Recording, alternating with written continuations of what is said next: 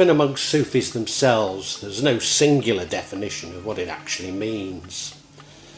As a Jawan practitioner, I consider myself a Sufi, but many Muslims, including Sufis, would claim that I am not, because I do not belong to a recognised Sufi order, albeit the lack of recognition of Kajawan within Islam is a major issue within itself. The relationship of Sufi orders to modern society is usually defined by their relationship to governments. Nevertheless, a consensus emerges that Sufism represents the spiritual aspects of Islam. The focus on recognised Sufi orders places the emergence of Sufism within Islam much later than the spiritual practices within Islam, which can be seen as Sufism. As I previously argued, these spiritual practices can be found in the earliest records of Islam, but then developed into explanations of life and especially of reality. Nevertheless, we cannot say that Sufism was known as a doctrine to the Prophet, but it is related to the attitudes of Muslims from the earliest days. In the earliest days, many Muslims were engaged in worldly issues, but often felt the need to look inwards, especially during the early Umayyad Caliphate, which was from 661 to 750. In particular, this led to a tradition of asceticism with Islam, probably merging in the Hejaz. Indeed, far from being a division within early Islam, this asceticism was seen as a return to the piety at the time of the Prophet. In fact, such practices were taught by the Prophet himself. The ascetic movement called for a return to the primitive Quranic message and the simple life of the Prophet against the corrupted worldly life that had infiltrated Islamic society and the cause of civil wars and divisions within the Islamic community. Nevertheless, it took over a century for the term Sufism to emerge, representing a return to the pious activities rather than worldly deceptions. It is hypothesized that Sufi refers to the coarse woolen clothing worn by ascetics, a rejection of worldly hedonism and outward displays of worship. Hence, Sufism is a personal relationship between the adherent and Allah, not one which lends itself to the scrutiny of jurisprudence.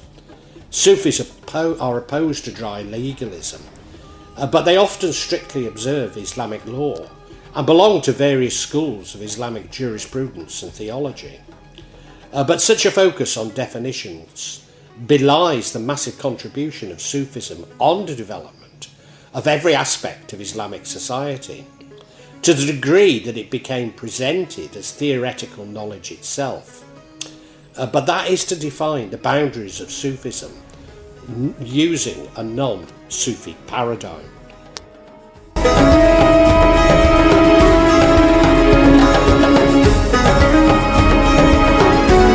In Sufism, Al-Haqq, or the truth, can be divided between Al-Jalal, the most majestic, and Al-Jamal, the most beautiful. Thus Al-Jalal represents the manifestation of Allah on the exoteric side, whilst Al-Jamal is the manifestation of Allah on the esoteric side. Hence, for Sufis, the exoteric and esoteric complement each other. Together they are called Sharia by Sufis, i.e. the transmission of knowledge, although the use of the word has narrowed significantly in recent years to be concerned with the application of jurisprudence. Such conflicting use of terminology often characterise the difference between Sufis and some Muslims, especially Salafis. But the distinction between Al-Jalal and Al-Jamal also takes on a disputed interpretation, with Al-Jalal being seen as the outward study of jurisprudence, theology and philosophy, whereas Al-Jamal is seen as the inward search for knowledge, especially within the Sufi tradition. Sufis believe the Sharia, the exoteric canon, Tariq order, and Al-Haqq, the truth, are mutually independent.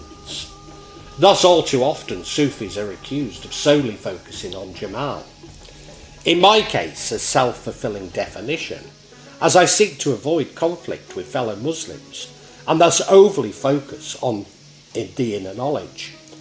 Undoubtedly, this is an error on my behalf, but one is shaped by avoiding opposition and censure from those who seem to relish it. Regrettably, many Sufis, especially in the West, feel the same way as I, rather than seeking to affirm our Islamic beliefs. The debate, or should I say lack of it, reflects how theological issues are interpreted differently. Indeed, the definition of the boundaries of any potential debate differ wildly, especially wujud or reality. Whilst not all Sufis may be non-dualists, and not all non-Sufis would be dualist, this would illustrate the massive differences in the conception of reality. For Sufis, wujud is the existential experience of grasping reality, not simply arrived at through discursive elaboration. Not least as discursive elaboration all too often assumes a dualist perspective.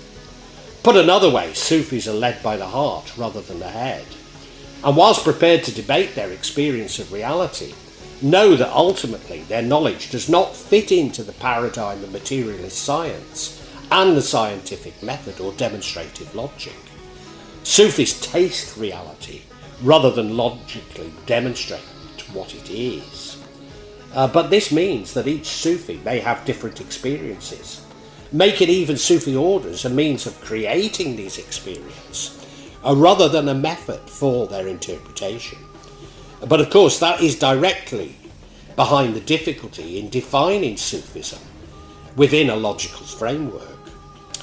Despite, as I have argued, that Sufism was placed within a logical framework of knowledge, almost an Aunt Sally, setting Sufism up to be destroyed by a logical framework. At its most extreme, expecting non-dualists to argue within a dualist framework. Thus, Sufism is about personal experience and not rational intellectual discourse, despite being challenged by those using rational discourse, even the scientific method. Nevertheless, Sufis do attempt to express their experience, especially through poetry. But the experience is limited to how it is articulated. Sufi commenters used ambiguity as a means by which to explore the meaning of the allegory, that the figurative is the bridge to the truth or reality. Figurative language of the lyric and its allegories is a way of commentary, could serve distinct functions for different kind of readers in Sufi knowledge and indeed practice.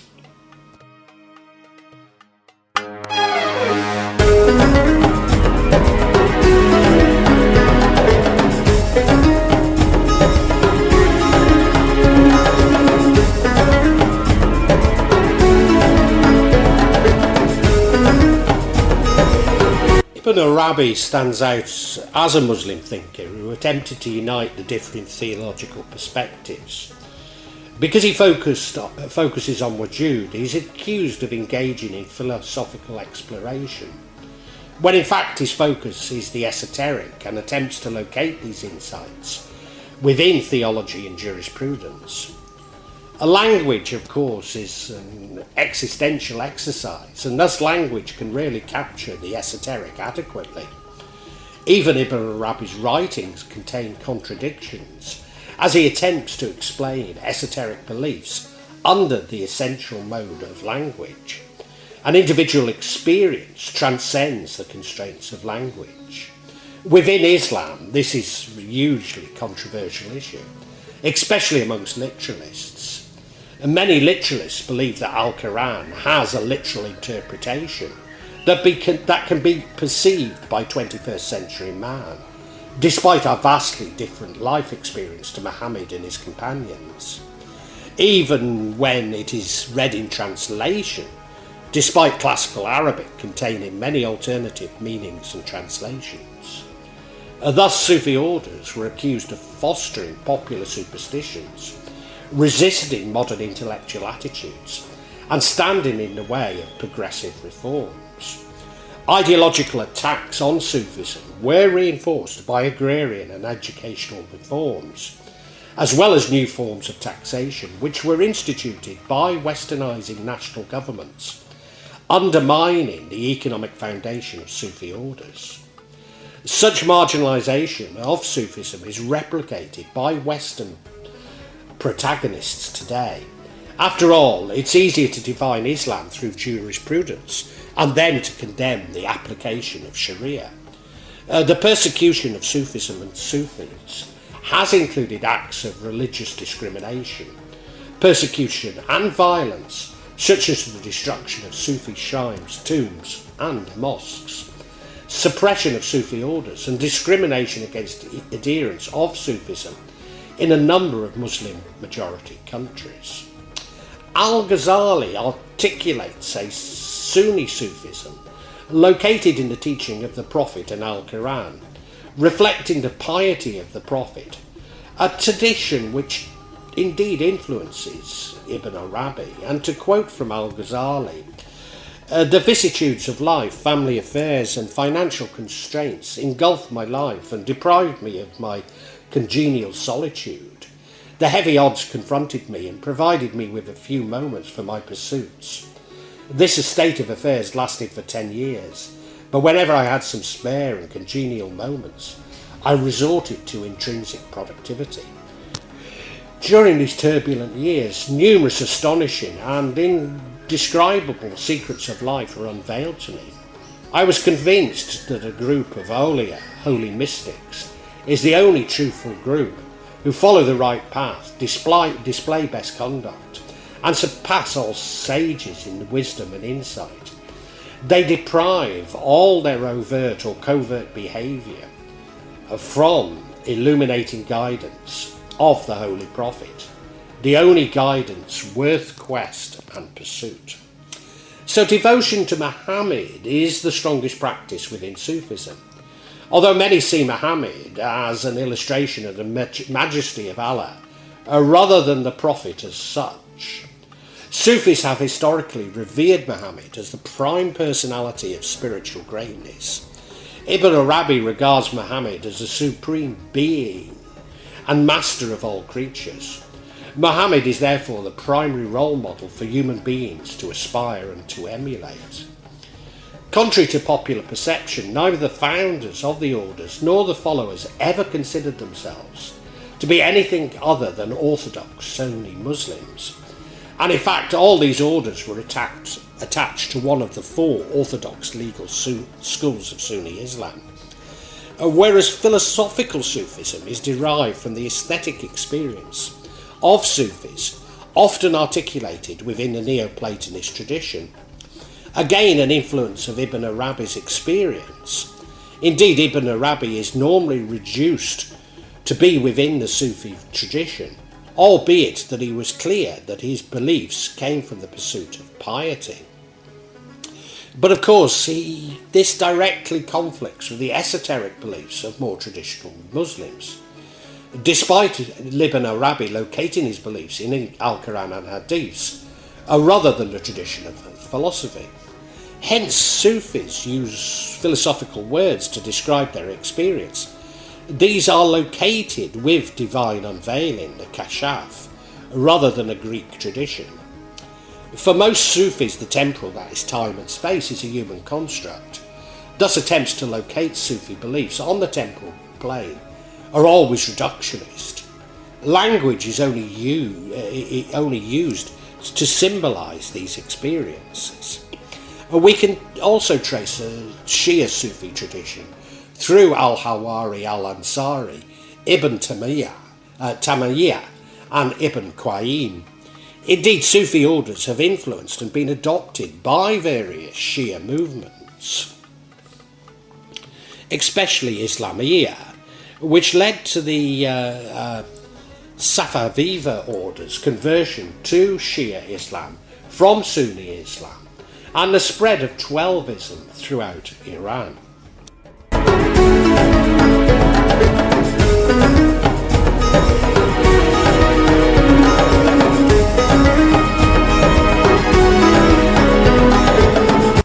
Sufi literature written in Persian flourished in the 12th and 15th centuries. The Sufi conception of love was introduced first by Rabia al-Basra, a female mystic from the 8th century.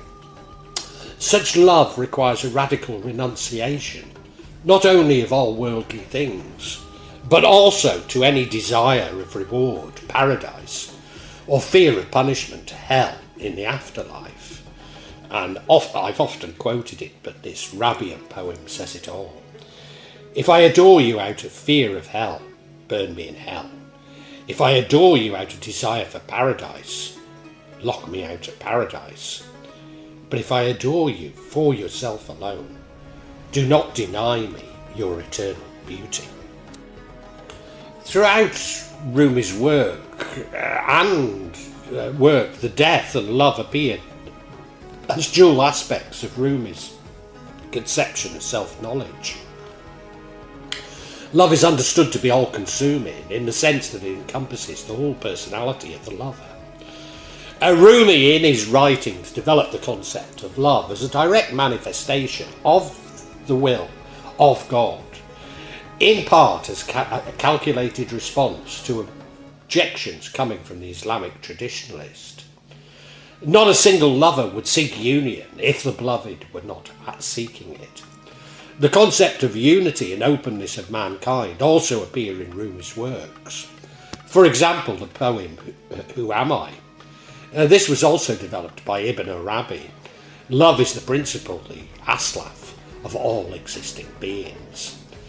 Later major poets linked with the Sufi tradition included Hatif Estefani in the 18th century, Bedel of the 18th century, and Amal Niktablad of the 20th century. However, Sufi literature for the longest time in history has been scattered in different languages and geographical regions. From the 19th and 20th centuries onwards, the historiography of Sufism, especially in the West, has been a meticulous collection of diverse sources and facts regarding the subject. Returning to the definition of Sufism, Abul al-Wafa al-Taftazani describes Sufism is a life philosophy that aims at advancing the human self, the nafs, morally. It is achieved by means of specific practical spiritual exercises, which at time will lead to the feeling of fana, or self-annihilation, harmony and unification with the higher truth, God. And knowledge of this higher truth, God, is attained through sensory experience and not the intellect or the rational mind. Its fruit is spiritual happiness, and is difficult to express its truth with words of ordinary language because it is an essential subjective nature. He goes on to divide Sufism between practical Sufism and philosophical Sufism. But practical Sufism really refers to the historical practice of Sufism, and philosophical Sufism as an attempt to explain these experiences. Thus, most Sufis experience the same dilemma as I, wanting to express our experience, but all too often reacting to the critique of Islamic, I use the word traditionalists, and of course I shouldn't. In the West, you would say traditionalists, let's put it that way. And this is a massively important distinction for people like myself, who consider ourselves to be Sufis, but refuse to be categorised by others. A position which massively annoys those attempting to categorise.